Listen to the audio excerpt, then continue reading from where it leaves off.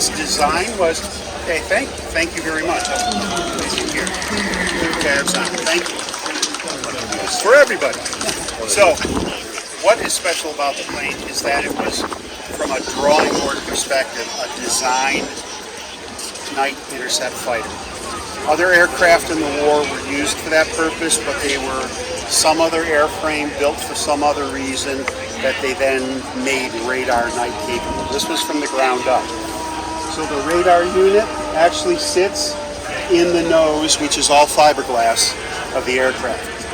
Had a crew of 3, had the pilot, had your navigator, forward fire control guy, so the guns on the top are controlled from the guy in the upper seat when they're facing forward, when they're facing aft. Third crew member, who is the radio man, also known as the radar officer, but since the radar's top secret, he's a radio man.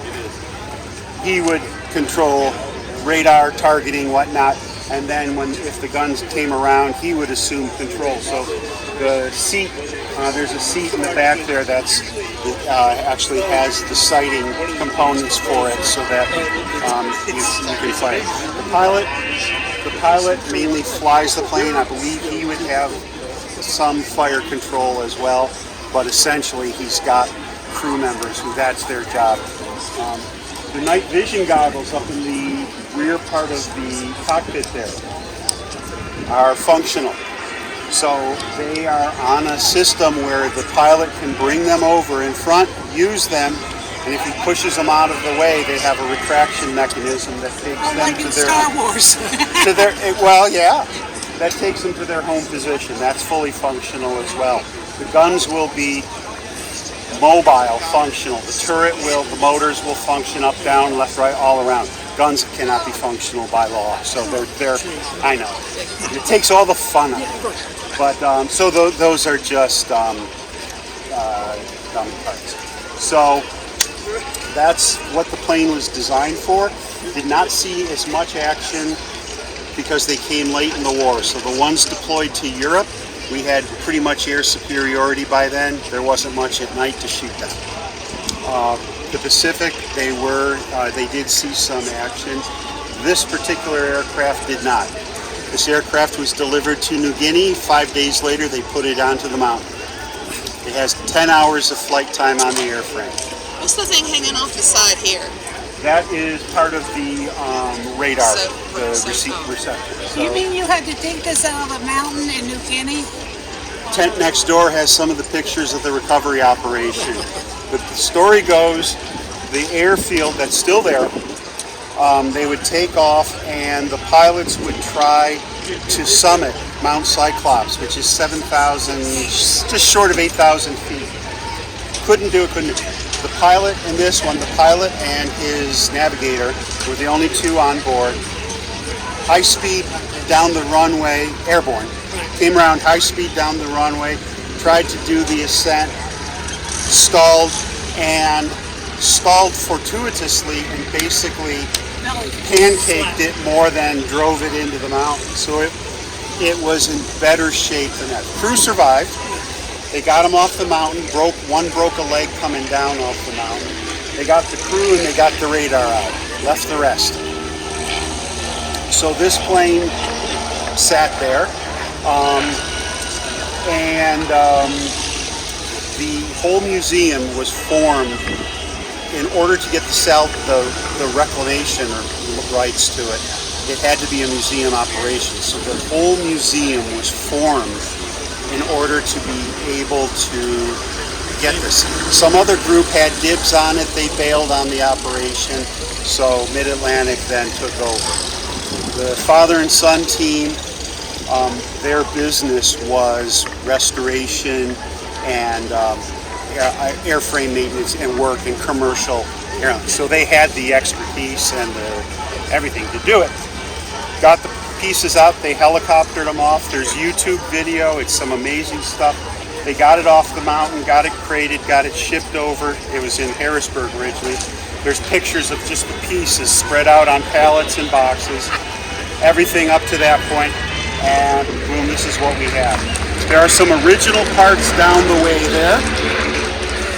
So you can see what we're left with and what we had to manufacture. So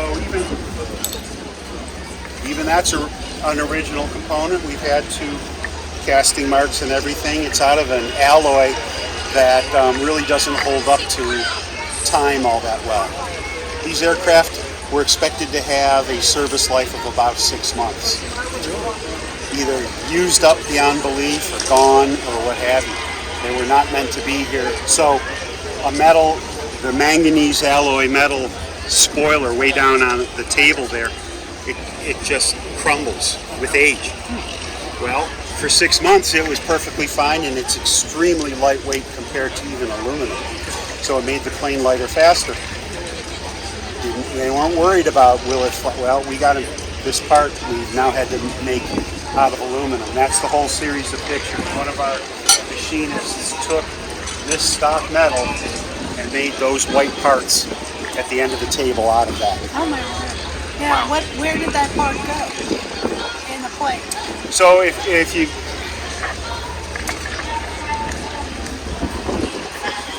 right there. So this is the control levers that actuate the spoilers, which are the next table down. So most airplanes, they have flaps on the wings that will control the attitude of the airplane. Oh, so it was located in the wings. These spoilers actually, on our wing picture there, you'll see there's kind of a slightly angled, thickish. Looks like it might be cleared up over here. Those lines right there are where the spoilers deploy out of the wing. So they sit with recessed in the wing.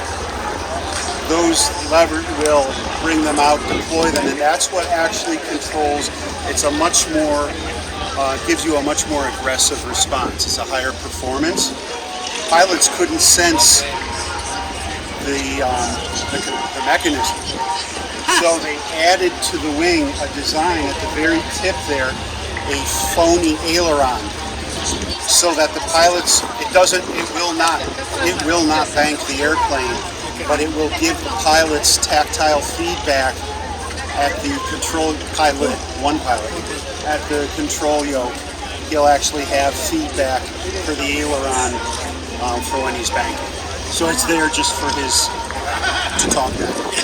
And that's the seat they sat in? Yes, I believe that one is the pilot's seat. I think that one is actually the one that goes, it's back there, but it actually goes up in that second higher component there because it's got the fire control sighting. Oh, okay. Oh, all right. Well, yeah, that's. And what like Lockheed or whatever, who was manufacturing it? Northrop. Northrop, okay. Out of California. Yep. Good.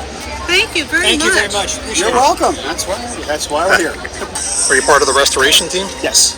Okay. Junior member. I still work for, I still have a day job.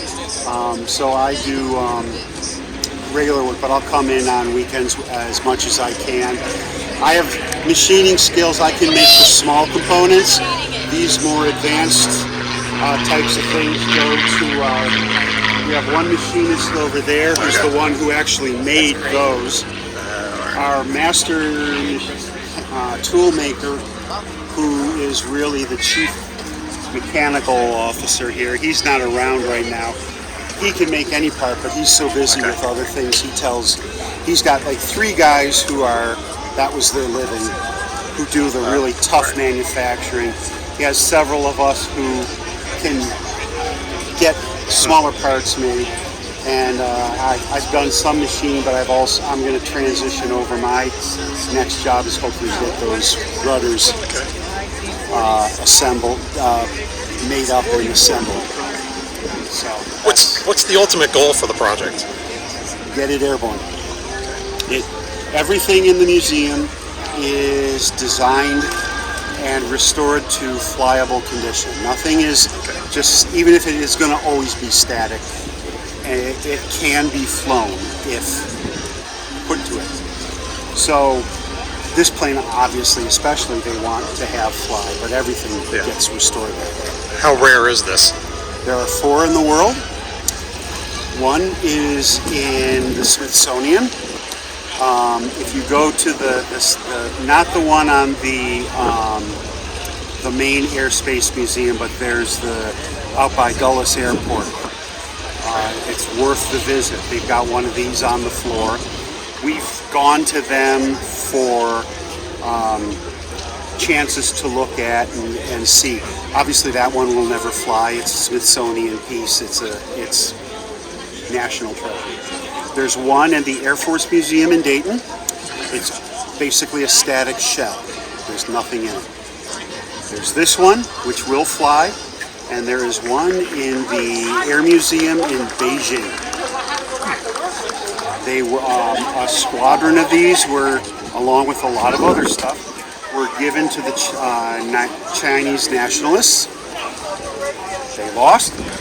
Chinese communists took over. Several of those airplanes that they got crashed. One got used as a parts source, and they had one remaining that sat outside for the longest time, and then they did at least a cosmetic restoration. And it's now you come in the main front entrance, and there's a Northrop U.S.